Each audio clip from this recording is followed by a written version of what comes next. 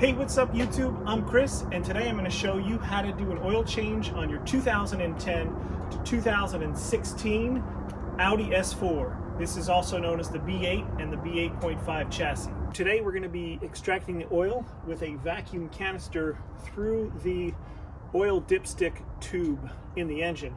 And this is the cleanest and the easiest way to get the oil out of your engine instead of putting the car up on ramps, taking the drain plug out and draining the oil through the bottom, which tends to get pretty messy. This is a super clean method, and you'll see how it works.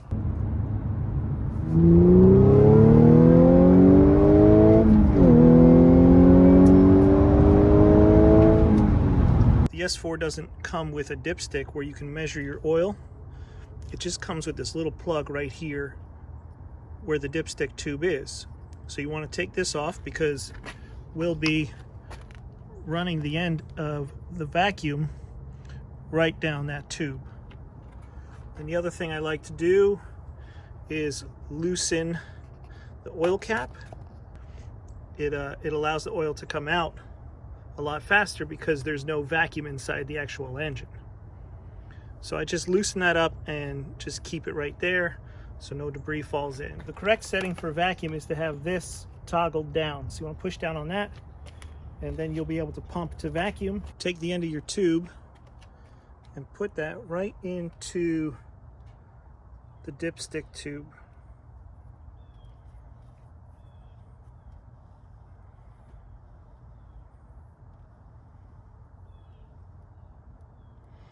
You want to go as far down until you get resistance. Once you get resistance, you can stop. And then pump this 10 times. See the oil starting to come out here.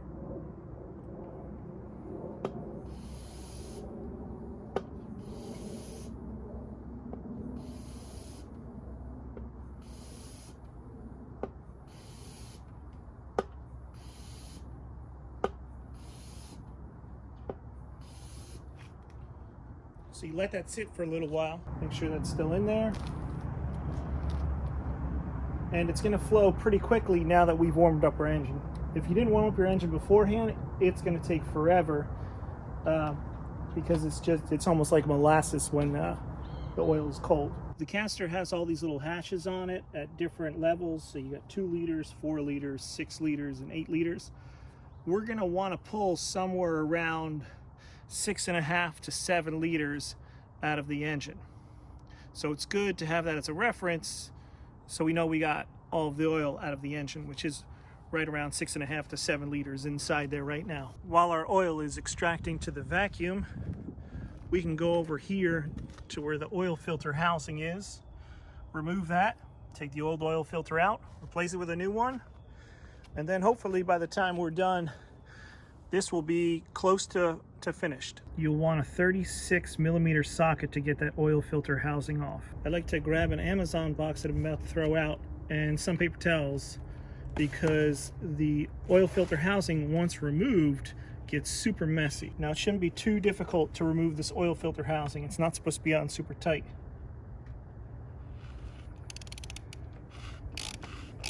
Once it's loosened, the oil filter is still going to be attached. So you're just going to want to carefully not get oil everywhere. Get that in the box. And that's what the inside of our oil filter housing looks like. Well, we just removed the oil filter housing, and this is the current level we're at in the canister, which is about 4 liters right there. You might want to give this a few more pumps because it does lose a little bit of vacuum over time. So I'm going to give it about 5 more pumps. I lied, I'm going to do 10. Now you can give it a really good clean in there if you want to. Either way, while you're working on the oil filter, you want to just stuff that so no debris gets in there. We have our new oil filter here, and it comes with a couple different O-rings. I'll show you how to take the old ones off and put the new ones in. And I also link in the description to this video to this exact oil filter and all of the tools that we use in this video along with the actual oil that I use as well. So be sure to check out the video description for those Amazon links. It's no extra money to you, but they are affiliate links, so it does help out this channel. So we have our new oil filter here, and inside the box we've got the paper filter right here. This is a specific K&N brand, not the OEM one that Audi supplies. I prefer the K&N one, and then it comes with a couple O-rings here. So we're going to be taking off 2 old O-rings in the oil filter housing, replacing them with these, and then replacing the filter cartridge. Number 1 YouTube comment coming up. Nice gloves. Thanks. Okay, so you want to pull the cartridge away from the housing. It just kind of pops off like that. We are done with this. Now we have 2 seals. One that's in here we're going to replace, and then one that is back on the oil filter housing. So this is just the housing cover, and we're going to replace the oil filter housing O-ring as well. I do like to give this housing a little bit of a quick clean. The O-ring that we'll be replacing inside the housing cover is not the small skinny one, but it's the thicker one. It's this thicker one right here, and you'll notice there's a little tab right here. That tab, we're going to want to pull the old one from that tab. So inside here, the tab is right there. So we just grab it and pull it out.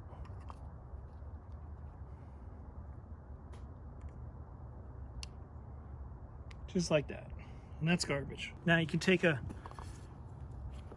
fresh non-lint paper towel and just clear that little groove. You can see there's oil in there still.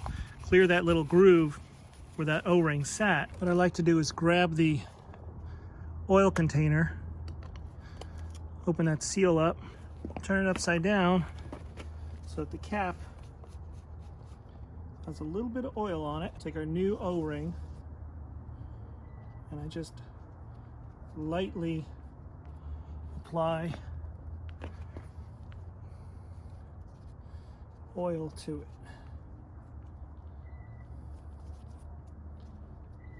Just a nice, quick, light coat will get the job done. We can put that right back in. It doesn't go a specific way other than the tab has to be facing up. So you want to get it back in that groove, push that all back down with that tab facing up. You want to make sure that's seated good. That's an important seal.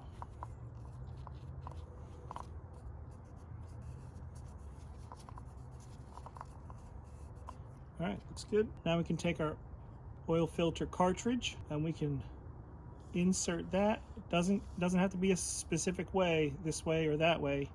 It just needs to go slide on and then lightly seat it, just like that. Put this off to the side for a second because we're going to take that remaining O-ring and install that on the oil filter housing. Take the old one off and then put this new one back on. Removing this O-ring is pretty straightforward. Just grab a tool like this with a little hook on it, and you're going to grab right underneath here.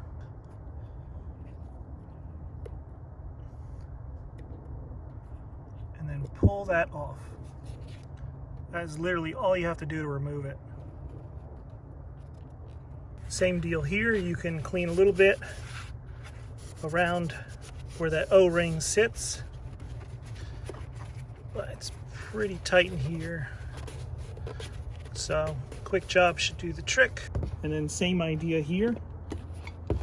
Take this O-ring out, and we're going to put just a little bit of oil on there. Installing your new O-ring is going to be super easy. You just want to make sure it sits in that groove and run it all the way around. At some point, you're going to need to stretch the O-ring a little bit to completely go over, but you don't want to stretch it too much where you break it.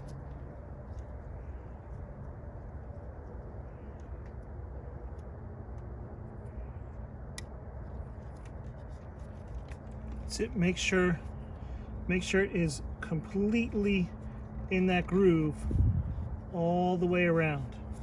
It should really just snap in there.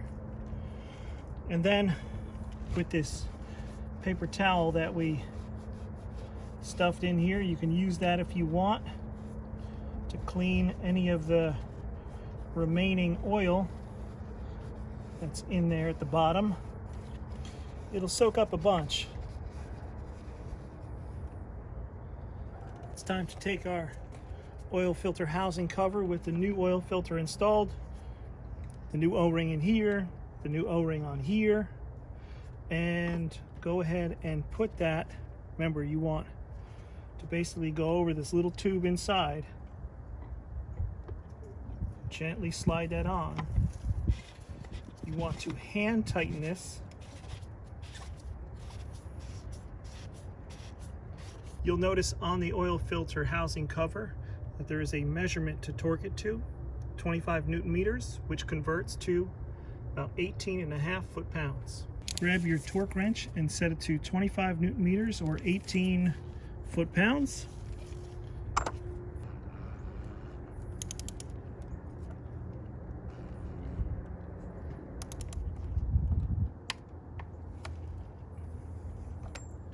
That's it. While we were taking care of that oil filter, all of the oil drained into the vacuum canister. I said about 6.5 to 7 liters, and you can see right there, it's in between 6 and 8 at 7 liters. So we pulled the full 7 liters out of the engine, and that's what we're going to be putting right back into it. I just like to give it a couple pumps while I'm taking the tube out of the dipstick so that it is pulling oil out and not dripping it back in.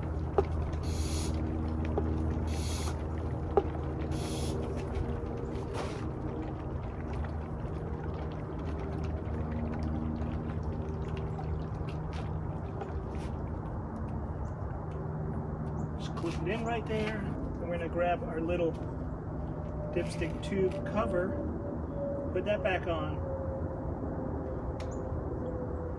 temporarily, and I'll show you why. We have 2 containers of 5 quarts here, so 10 total of Mobil 1 European car formula. It's the 0W40. I've been using this since I've had the car, since the first oil change I put this in. It's great. I've used it on the racetrack. It's great, no issues.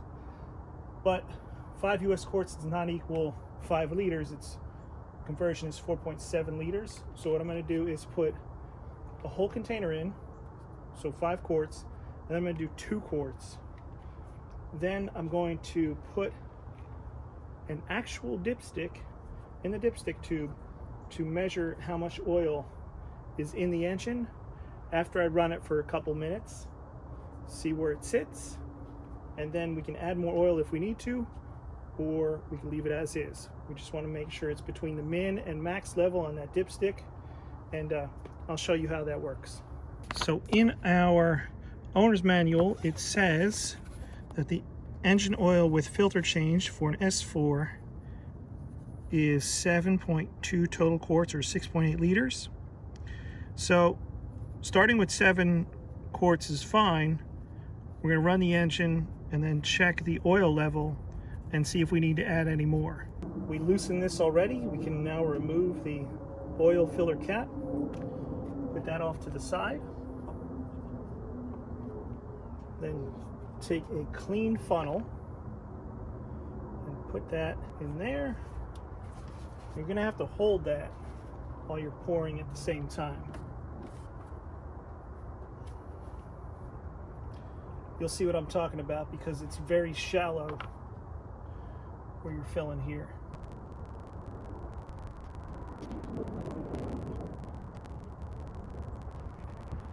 We're going to use the hashes on here to measure out 2 quarts. So 1, 2, 3 left in here is where we want to get to. We want to pour out to here. Little trick is to lift the funnel up a little bit so it's not sitting completely on the bottom. The oil will flow in a lot easier that way. We can replace our oil filler cap.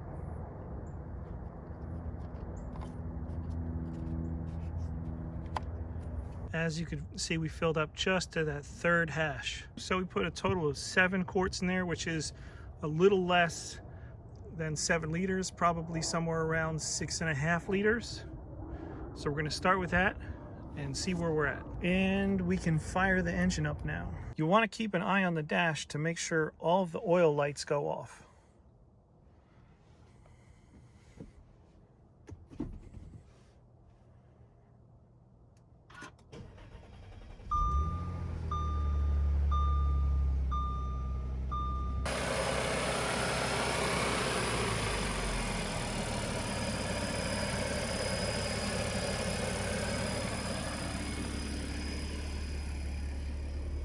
Everything looks good. Everything looks good in here. I like to run this for a couple minutes, shut it off, let it sit for a couple more minutes, and then we'll recheck that oil level. And you also have Audi's way of measuring the oil, which is digitally through the screen here, but you can't get that right now while the engine is running. So we'll be able to get that once everything is shut off. Okay, so we let the engine run for a little bit. Now we're gonna wait a couple minutes, and then we're going to recheck that oil level, because that really gives us a proper measurement with the oil running through the engine, through the oil filter, and it gives you that true how much engine oil is in there. Audi just gives you this little plug, but you can buy from them an actual dipstick, but you can't keep it installed in the engine because it's plastic. So you can use it to temporarily measure the oil, wipe the dipstick clean, push that in, right back out, see where the level's at, and it's perfect. It's right between the min and the max. We could probably add a little bit more if we wanted to. So let's go inside and see what the digital readout says. Press the button to just get things started here. Car. Dial over to oil level, and that's where we are, which is exactly where we were on the dipstick. So that thing has a pretty perfect readout. So what I'm going to do is add just a little bit more oil. Now I tend not to have the engine run again to recheck the oil level because everything's already circulated through the engine. So the extra oil is literally going to go and sit down at the bottom, and we could just recheck it, taking the plug off,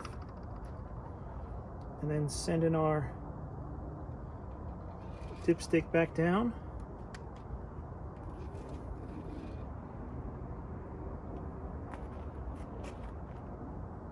We can see it's come up a little bit, not a whole lot. The difference between the min and max hash marks is a 1/2 liter. So it's not much margin in the grand scheme of things. So I think we're pretty good. And always make sure you replace this little plug at the end. Now that we've added that oil, we can check the digital readout to see where we're at. And we're at the max level. So we're good. That was a perfect add-on there. And lastly, I wanted to show you how easy it is to get the oil out of the extractor. All you have to do, what I like to do, is disconnect this smaller hose. Otherwise, it's going to take forever for the oil to get back out. You take this, snap it in here, or put it off to the side. Now we take this larger hose. We can put that right into our container here. Reverse this toggle so it's pumping now, and then we can literally pump oil out of here and right into the container with no mess. That's why I love this thing. And then if you want to put it in a new container, because we obviously have more oil in here than what this container is going to take, all you do is quickly hit that toggle, and then it'll turn on vacuum and stop pumping out. And that's it. Pretty simple and pretty straightforward system. And that is it, YouTube. I hope this video helped you out. Feel free to give it a thumbs up and subscribe so I know to make more videos like this. I have some modifications I'll be doing and some more maintenance videos as well coming up. So I'll catch you in the next one.